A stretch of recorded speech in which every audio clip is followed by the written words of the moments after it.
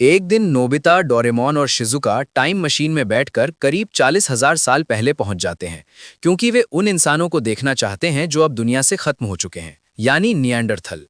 जंगल में काफी देर ढूंढने के बाद अचानक नोबिता मुड़ता है और उसके सामने एक जंगली इंसान आ जाता है। अजीब कपड़े पहने दो लोग और एक बोलने वाली बिल्ली देखकर वो डर जाता है और भागते भागते पत्थर से टकराकर गिर जाता है। डोरेमोन अपने गैजेट से चेक करता है और पता चलता है कि वो सच में निएंडरथल है, और मजेदार बात यह कि उसका चेहरा बिल्कुल जायंट जैसा दिखता है। जब वो होश में आता है तो उसकी भाषा कोई समझ नहीं पाता, इसलिए डोरेमोन ट्रांसलेशन फूड खिलाता है जिससे वे उसकी बात समझने लगते हैं। तभी एक जंगली हिरण उसकी तरफ दौड़ता है जो उसके लिए आसान शिकार हो सकता था, लेकिन वो इतना डरपोक होता है कि हमला करने की हिम्मत ही नहीं करता और हिरण भाग जाता है, जिसके बाद उसके साथी उसका मजाक उड़ाने लगते हैं। तभी एक लड़की आती है जो उसका बचाव करती है और कहती है कि भले ही वो डरपोक है, लेकिन दिल से अच्छा है। पर बाकी लोग कहते हैं कि इस खतरनाक दुनिया में सिर्फ अच्छे दिल से काम नहीं चलता, ताकत भी चाहिए।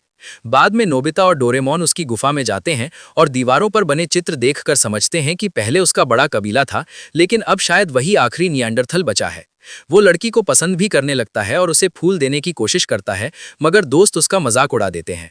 तब नोबिता और डोरेमोन तय करते हैं कि उसे बहादुर साबित करने में मदद करेंगे, इसलिए वे एक योजना बनाते हैं।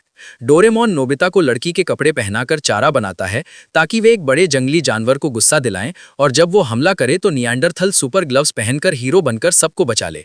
लेकिन प्लान गड़बड़ हो जाता है, क्योंकि जिस जानवर को वे छेड़ते हैं वो बहुत बड़ा और खतरनाक निकलता है। ऊपर से निएंडरथल गलती से सुपर ग्लव्स हाथ में पहनने के बजाय पैरों में पहन लेता है, जिससे सबकी हालत खराब हो जाती है और वे जान बचाकर भागते हैं। तभी सचमुच खतरे की घड़ी आती है जब वो जानवर लड़की के पीछे पड़ जाता है, और उसी वक्त निएंडरथल अचानक हिम्मत दिखाता है, एक बहुत बड़ा पत्थर उठाकर जानवर के सामने फेंक देता है और रास्ता रोक देता है, जिससे जानवर डरकर भाग जाता है। अब बाकी लोग समझ जाते हैं कि वो कमजोर नहीं बल्कि बहादुर है, इसलिए वे उसे अपने समूह में शामिल कर लेते हैं और लड़की भी बहुत खुश हो जाती है। कहानी के अंत में बताया जाता है कि आज के इंसानों के डीएनए में भी थोड़ा बहुत निएंडरथल खून मौजूद है, और हजारों साल बाद जब आधुनिक वैज्ञानिक उस गुफा की दीवारों पर बनी पेंटिंग देखते हैं तो वे समझ नहीं पाते कि उसमें क्या बना है, क्योंकि वो अजीब सी ड्राइंग असल में नोबिता ने बनाई थी और उसकी खराब ड्राइंग इतनी उलझी हुई थी कि पुराने जमाने के लोग भी उसे समझ